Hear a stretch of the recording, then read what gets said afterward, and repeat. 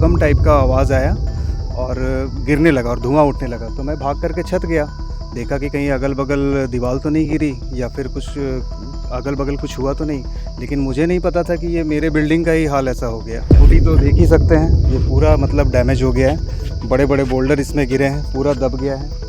अब इसका क्या होगा मेरे को तो पता नहीं। ऐसी घटना जब इतने अच्छे बिल्डिंग के साथ हो तो अंदर से भी एक डर का माहौल हो जाता है कि भाई क्या पता कल। माहौल है, अभी मैं घर नहीं घुस पा रहा हूँ। अब इस तरह की घटना अगर मैं ही यहाँ पे रहता और काम कराते रहता, 5 सेकंड में मेरी जान जा जाती। चलिए, एसपी टाउनशिप में कई सारे मकानों को जर्जर बताकर या फिर अनफिट बताकर ब्लॉक कर दिया गया है। वहाँ किसी को रहने की परमिशन नहीं दी जाती, मगर ऐसे मकानों का क्या हो जो दिखने में तो एक नंबर, यानी दूर के ढोल जो सुहाने नज़र आते हैं वो नज़ारा पास आते ही फटे हुए ढोल सा हो गया।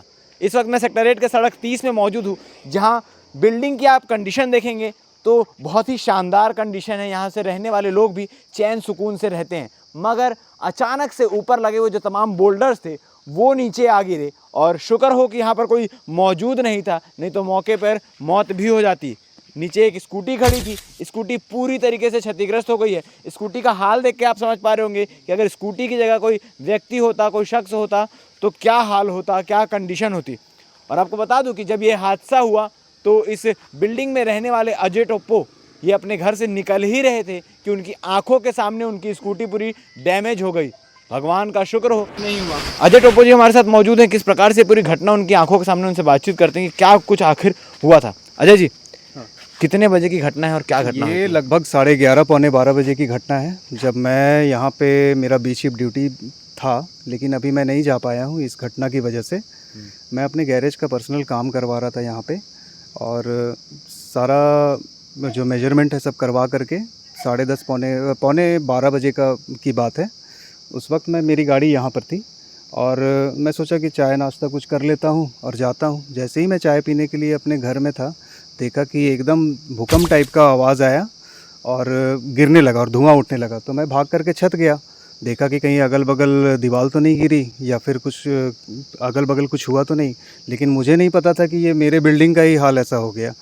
तब फिर मैं वापस जब नीचे आकर के बालकोनी में देखा तो यहाँ से धूल मिट्टी आ रही थी, मुझे दिख रही थी।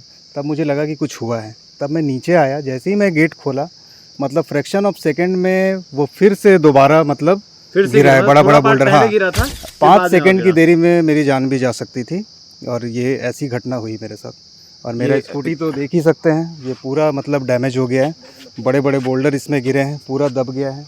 अब इसका क्या होगा मेरे को तो पता नहीं, लेकिन वही मैं चाहता हूँ कि इन सब चीज़ों को ध्यान देना चाहिए।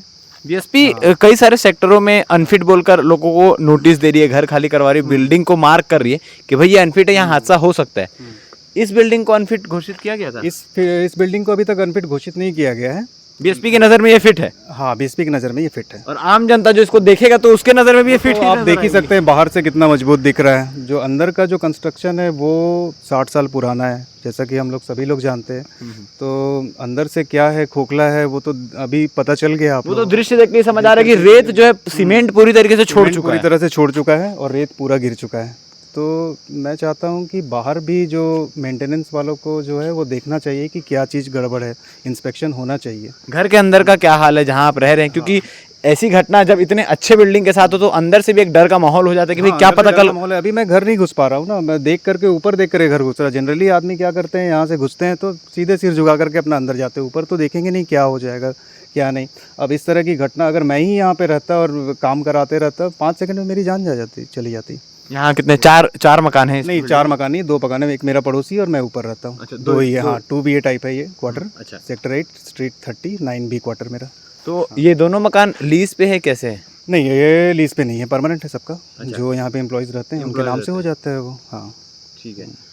तो ये घटना जो है वो एक बहुत बड़ी घटना होते होते टल गई। बीएसपी लगातार अनफिट बिल्डिंग्स बोल के कई सारी बिल्डिंगों को जर्जर घोषित कर रही है, उन्हें खाली करवा रही है ताकि दुर्घटनाएं ना हो। मगर बीएसपी को इस ओर भी ध्यान देना होगा कि जो बिल्डिंग बाहर से अच्छी दिखती है, बाहर से बहुत मजबूत दिखती है, वो ज़रूरी नहीं कि अंदर से भी मजबूत हो। क्योंकि टाउनशिप को बसे 60 साल से ज़्यादा हो चुके हैं। यहाँ बने हुए एक एक मकान, एक एक बिल्डिंग को 60 साल हो चुके हैं और 60 साल में उसकी स्थिति कैसी हो चुकी है आप खुद देख सकते हैं। बड़े बड़े बोल्डर्स लगे हुए थे। इस बिल्डिंग को एक नए स्ट्रक्चर की तरह तैयार किया गया था, जिसमें बड़े बोल्डर्स का इस्तेमाल किया गया था। ईंट जो है आप देख सकते हैं साइड साइड में बेस बनाने के लिए ईंट का प्रयोग किया गया था और नीचे जो है बोल्डर्स जो पूरी तरीके से गिर चुके हैं।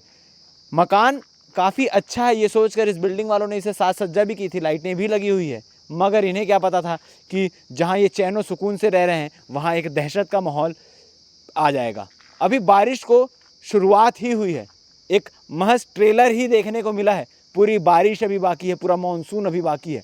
केरल में मानसून कल ही प्रारंभ हुआ है और केरल से भिलाई मानसून को आने में लगभग 10 दिन का समय लगता है।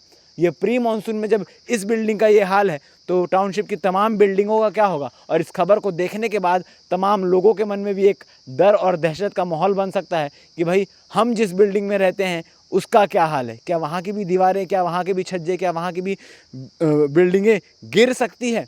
और इसकी देख रेख कौन करेगा, इस पर प्रतिबंध कौन लगाएगा कि भैया कौन सी बिल्डिंग अनफिट है, किससे कहाँ से लोगों को शिफ्ट करवाना है, खाली करवाना है। क्योंकि भिलाई टाउनशिप में बिल्डिंग गिरने से, दीवार गिरने से अगर किसी की मौत हो जाती है तो उसका जिम्मेदार कौन होगा। ऐसा नहीं है कि भिलाई में कोई भूकंप आया हो और बहुत सारा नुकसान हुआ हो। ये सिर्फ जर्जर हालत में होने की वजह से ये बिल्डिंग का ये हाल हुआ है और थोड़ी सी बारिश में ये हाल हुआ है। आने वाले समय में और क्या कुछ चीज़ें भिलाई टाउनशिप में देखने को मिलेगी, ये देखने वाली बातें बन रही है हमारे साथ। धन्यवाद।